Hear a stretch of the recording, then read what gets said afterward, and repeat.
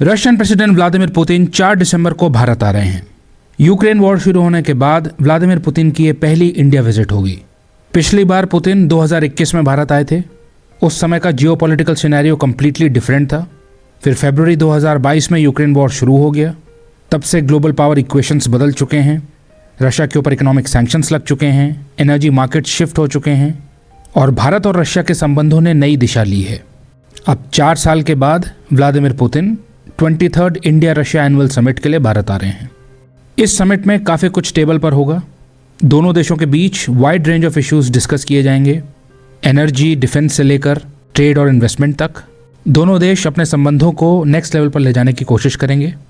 जाहिर सी बात है, डिस्कशंस में की इशू होने वाला है जो प्रेसिंग चैलेंजेस आ रहे हैं, जो कि भारत और रशिया की इकोनॉमिक कोऑपरेशन को स्लो डाउन कर रहे हैं। किस प्रकार इन चैलेंजेस को सॉल्व किया जाए, लॉन्ग टर्म एनर्जी कोलैबोरेशन को कैसे बूस्ट किया जाए, डिफेंस और इंडस्ट्रियल टाइज को कैसे एक्सपैंड किया जाए और नए एरियाज़ को एक्सप्लोर किया जाए जहां दोनों देश मिलकर साथ में काम कर सकते हैं।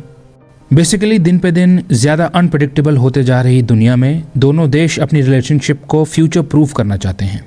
तो रशियन प्रेसिडेंट व्लादिमीर पुतिन की ये विजिट केवल सिंबॉलिक नहीं होगी, ये स्ट्रेटेजिक होगी। बिकॉज आप इसकी टाइमिंग देखिए, ग्लोबल ऑर्डर रीशेप हो रहा है और ऐसे समय में भारत और रशिया अपनी दशकों पुरानी पार्टनरशिप को रीडिफाइन करने की कोशिश कर रहे हैं। 2022 में यूक्रेन वॉर शुरू होने के बाद से एक सेक्टर में भारत और रशिया की पार्टनरशिप काफ़ी ज़्यादा स्ट्रांग हुई है। वो सेक्टर है एनर्जी सेक्टर। 2022 में यूक्रेन वॉर शुरू होने के बाद ग्लोबल एनर्जी मार्केट्स में केओस आ गया। ऐसे में भारत का रशिया के साथ एनर्जी इक्वेशन चेंज हो गया। वॉर से पहले रशिया भारत के क्रूड ऑयल का मेजर सप्लायर नहीं था, लेकिन युद्ध शुरू होने के बाद अपनी वॉर इकोनॉमी को सस्टेन करने के लिए रशिया ने भारत को डिस्काउंटेड प्राइस पर ऑयल ऑफर किया।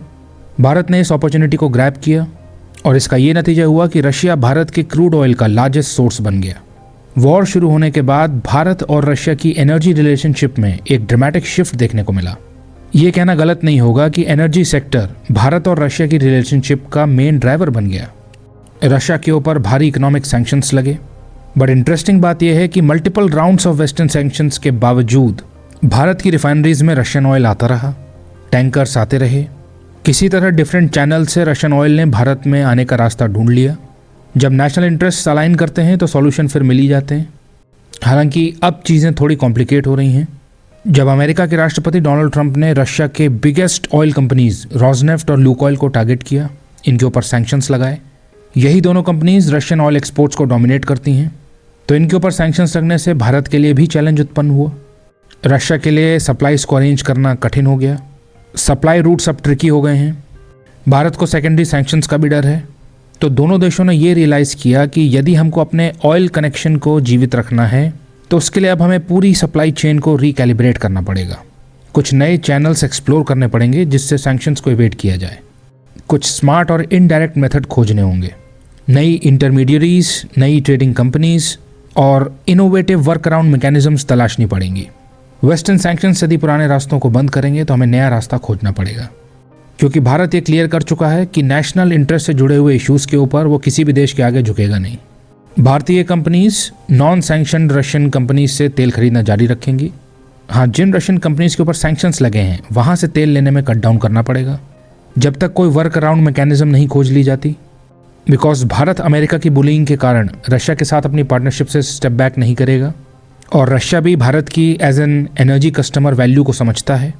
रशिया चाहता है कि भारत उसका लॉन्ग टर्म कस्टमर बना रहे, बिकॉज भारत के ऑयल परचेजेस रशिया के बजट को स्टेबलाइज करने में मदद करते हैं, रशिया के एक्सपोर्ट मार्केट को डाइवर्सिफाई करने में मदद करते हैं और भारत की मदद से रशिया चाइना के ऊपर अपनी बढ़ती हुई डिपेंडेंस को भी कम कर सकता है।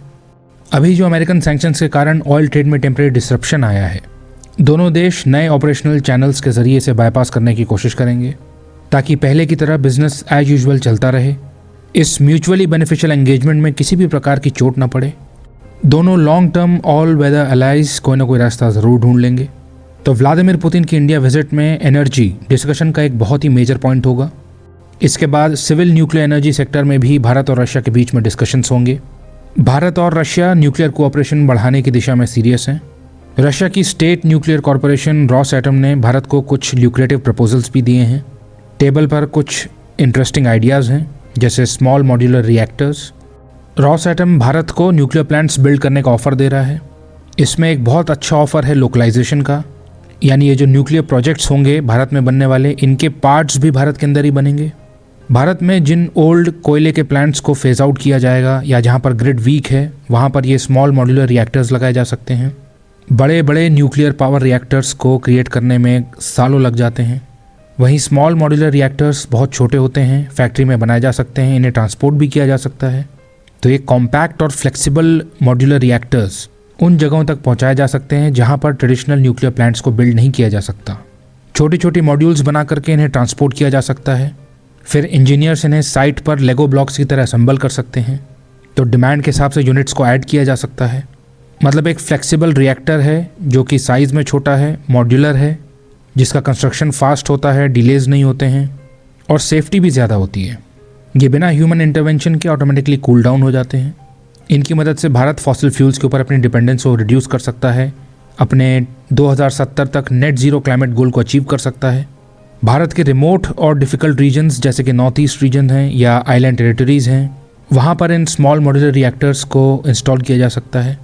ये रिएक्टर्स हमारे इंडस्ट्रियल कॉरिडोर्स को सपोर्ट कर सकते हैं जहाँ पर स्टेबल पावर चाहिए होती है।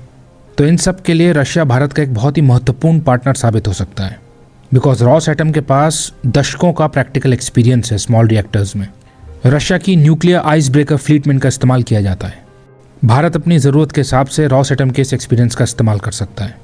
दूसरा, भारत के पास विश्व के one of the largest thorium reserves हैं। तो रशियन एक्सपर्टीज़ की मदद से Bharat thorium based small modular reactors भी बना सकता है, जिससे हम अपने स्ट्रेटेजिक एसेट थोरियम का इस्तेमाल कर सकते हैं, अपनी एनर्जी सिक्योरिटी को बढ़ा सकते हैं, अपने क्लीन एनर्जी ट्रांजिशन को एक्सेलरेट कर सकते हैं। तो सिविल न्यूक्लियर कोऑपरेशन में भारत और रशिया की पार्टनरशिप का बहुत ज़्यादा स्कोप है। फिर भारत और रशिया की पार्टनरशिप की बात हो रही है और डिफेंस की बात ना हो, ऐसा तो हो नहीं सकता। तो व्लादिमीर पुतिन की विजिट में डिफेंस कोऑपरेशन की डेफिनेटली बात होगी। Bharat already Russian made S-400 defence systems का इस्तेमाल कर रहा है। ऑपरेशन सिंदूर के दौरान इन सिस्टम्स ने अपने महत्व को साबित किया। Russian made S-400 defence systems Bharat के एयर डिफेंस नेटवर्क का एक स्ट्रॉन्ग पिलर है। S-400 के बाद रशिया का next generation air and missile defence system S-500 है। भारत और रशिया के बीच S-500 को जॉइंटली प्रोड्यूस करने की बातचीत हो सकती है। 2021 से इसके बारे में बात हो रही है। रशिया कह चुका है कि भारत S-500 डिफेंस सिस्टम्स का पहला फॉरेन कस्टमर भी हो सकता है। हालांकि अभी यूक्रेन वॉर को देखते हुए और रशिया की खुद की डिफेंस नीड्स को देखते हुए अभी S-500 के एक्सपोर्ट्स में टाइम लगेगा। हालांकि आइडिया अभी पिक्चर में है। फिर पुतिन आए हैं तो Su-57 फाइटर जेट के ऊपर भी बातचीत हो सकती है।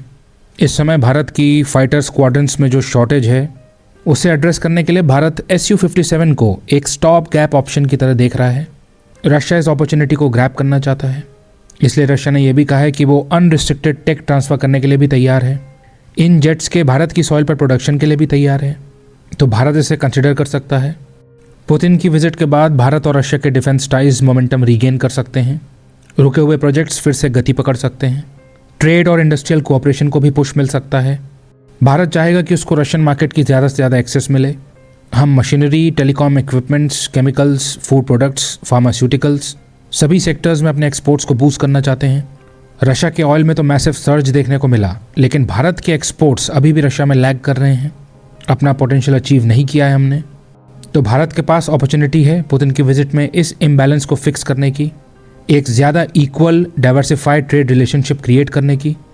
साथ ही बैंकिंग और फाइनेंशियल इंटीग्रेशन के ऊपर विचार किया जा सकता है। बहुत से मेजर रशियन बैंक्स भारत के अंदर अपने ऑपरेशंस को एक्सपैंड कर रहे हैं।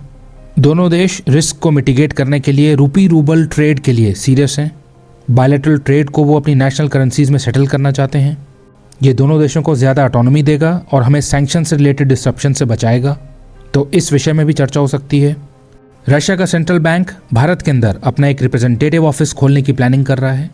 ये पेमेंट सिस्टम्स के इंटीग्रेशन को एक्सेलरेट करेगा, फाइनेंशियल मैसेजिंग नेटवर्क्स को स्मूथन करेगा। ये सब लॉन्ग टर्म इकोनॉमिक कोऑपरेशन की बैकबोन होता है। तो पुतिन की इस विजिट में हमें काफ़ी सारे नए इन्वेस्टमेंट प्रोजेक्ट्स, जॉइंट वेंचर्स और को प्रोडक्शन इनिशिएटिव्स का अनाउंसमेंट देखने को मिल सकता है। भारत रशिया के अंदर एक यूरिया मैन्युफैक्चरिंग प्लांट सेटअप करने की कोशिश कर रहा है, जिससे हमें एक स्टेबल और लॉन्ग टर्म सप्लाई मिले फर्टिलाइजर्स की। रशिया फर्टिलाइजर्स का एक मेजर प्रोड्यूसर है, तो ये हमारी एग्रीकल्चरल सिक्योरिटी के लिए एब्सोल्युटली नेसेसरी है। तो इस पर भी चर्चा हो सकती है। फिर मैरीटाइम कोऑपरेशन पर भी बातचीत हो सकती है। भारत और रशिया क्रू ट्रेनिंग के अंदर कोलैबोरेट कर सकते हैं, जॉइंटली शिप बिल्डिंग कर सकते हैं ओशन के एक्सप्लोरेशन में पार्टनरशिप कर सकते हैं। तो इस विजिट में कई एग्रीमेंट्स अनाउंस किए जाएंगे। इनमें से कई बिग और सिंबॉलिक होंगे, जो ये दिखाने के लिए होंगे कि भारत और रशिया की पार्टनरशिप रेजिलियंट है।